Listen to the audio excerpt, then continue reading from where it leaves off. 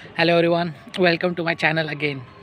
So in this time, most of the people, they are literally facing challenges just because of to communicate, to talking with the people, and some of the time they are stucking, they are hesitating, and they're making several mistakes while they're speaking with the co-learners and in front of the person.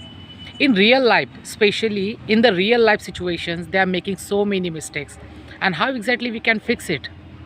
So there are the several things is over there, but most and important, which is a vocabulary. And why vocabulary? Because the vocabulary is the one of the important aspects in order to get a communicate, which is the people get stuck just because of they doesn't know the meaning of that word, and some of the times he doesn't know the actual word we need to use for the conversation, and that's why he's stuck, he hesitate to speak, and that's why he is going through several challenges, and that's why finally he give up, he never be able to speak very well. So how exactly we will start to develop our vocabulary? So there are several reasons we need to find out.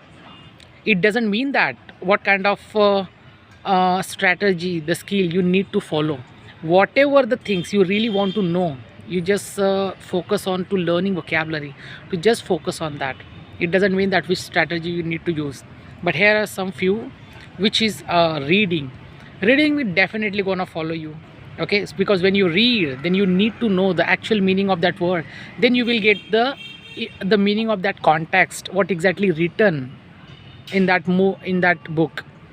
The second one, you need to follow a dictionary, because a dictionary is always helping you a lot to finding the meaning of that word.